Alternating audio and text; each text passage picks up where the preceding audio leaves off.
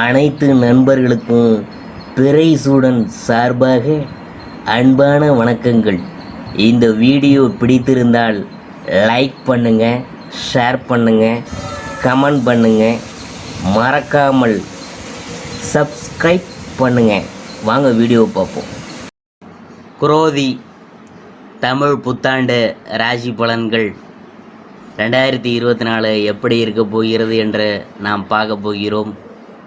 குரோதி தமிழ் வருஷம் ஏப்ரல் 14ஆம் தேதி சித்திரை 1 பிறந்து விட்டது. மக்களுக்கு சற்று பிரச்சனைகளை தரக்கூடிய ஆண்டாக இந்த ஆண்டு அமையவிருக்குது. அதனால் சற்று கவனமாக இருங்க.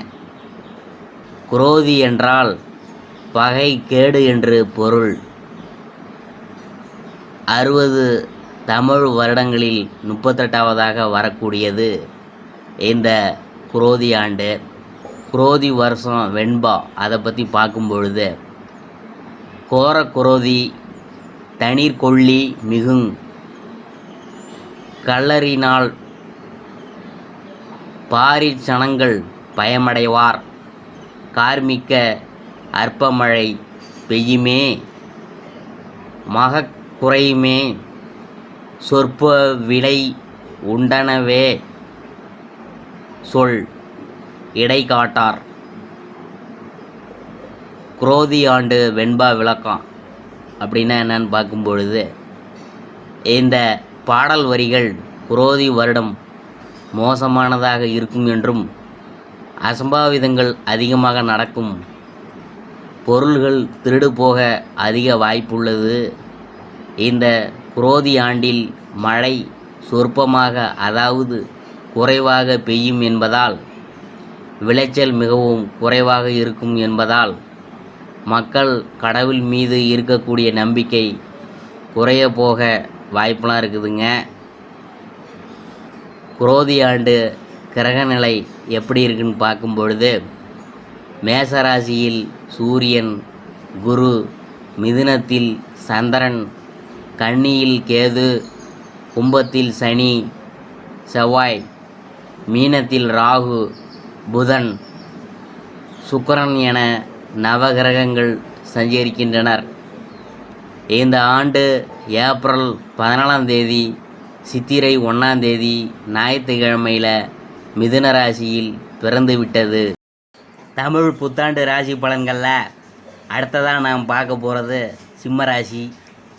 ஏர் முனையாக இருந்தாலும் போர் முனையாக இருந்தாலும் எதிலும் முதலில் நிற்கிறவங்க உங்கள் ராசிக்கு 11வது வீட்டில் இந்த புத்தாண்டு பிறக்கிறதுனால சோம்பல் நீங்கி சுறுசுறுப்படைவீங்க. சுருங்கிய முகம் மலரும். கடந்த வருஷத்தில் வாட்டி வதைத்த பிரச்சனைகளுக்கு இந்த வருஷம் தேர்வு கிடைக்கும். தம்பதிக்குள் அந்யுன்யம் உண்டாகும். சித்திரை, வைகாசி, ஆடி மாதங்களில் உங்களின் அடிப்படை வசதிகள் பெருகும். பிரபலங்களின் நட்பு கிட்டும்.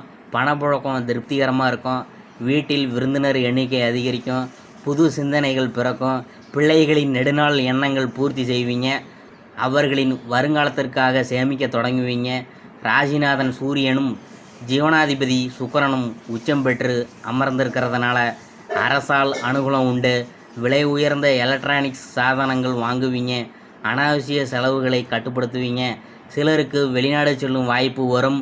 30/4/2024 வரை உங்கள் ராசிக்கு குரு பகவான் 9இல் நிற்கிறதுனால பிரச்சனைகளை தொலைநோக்கு பார்வையுடன் தீர்க்கும் சூட்சமத்தை உணர்வீங்க. எதிர்பார்த்திருந்த தொகை கைக்கு வரும். பெரிய மனிதர்களின் நட்பு கிடைக்கும். அறகுறையாக நின்ன வீடு கட்டும் பணியை விரைந்து முடிப்பீங்க. வங்கி கடன் உதவி கிடைக்கும். குடும்பத்தில் உங்கள் வார்த்தைக்கு மதிப்பு கூட. மகன், தாயாருக்கு இருந்த நோய் வெகுவாக குறையும். எதிர்த்தவங்க நண்பர்களாக மாறுவாங்க. 1/5/2024 முதல் வருஷம் முடியும் வரை குரு 10வது வீட்டில் நுழைவதால் சில நேரங்களில் ஏமாற்றங்களை நீங்கள் உணர்வீங்க. சட்டத்துக்கு புறம்பான வகையில் செயல்படுறவங்கள்ட்ட நீங்கள் எந்த நட்பும் அவங்கள்ட்ட தொடர்பு கொள்ள வேணாம்.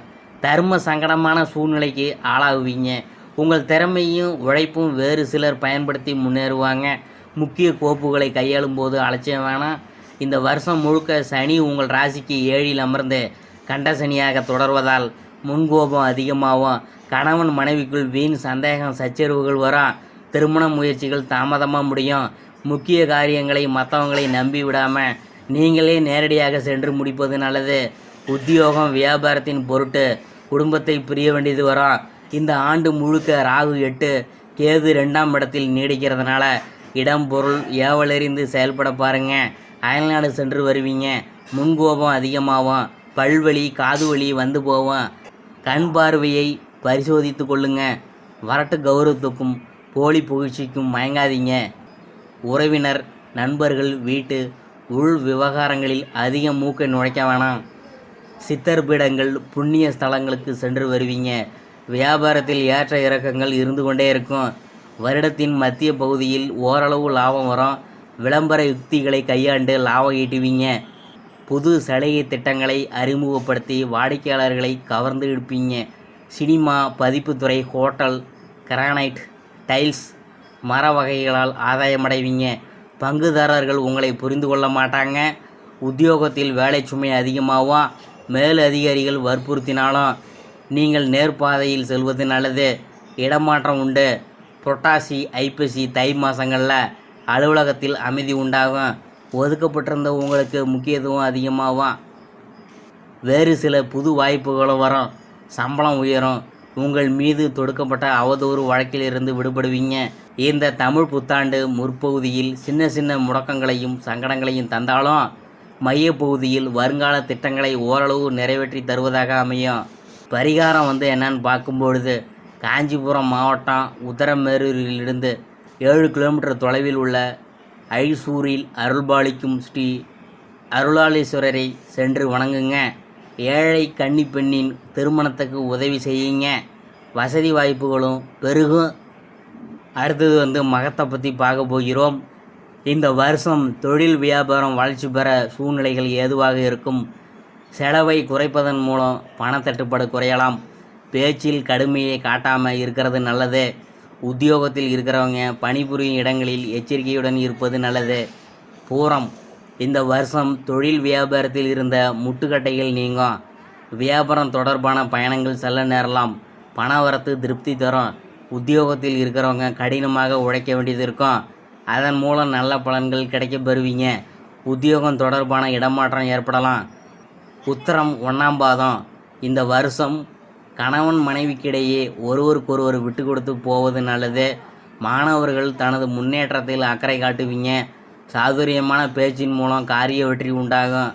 பிரிந்து போனவங்க மீண்டும் தேடி வரலாம். நண்பர்கள் உறவினர்களிடம் பக்குவமாக பேசுவது நல்லது.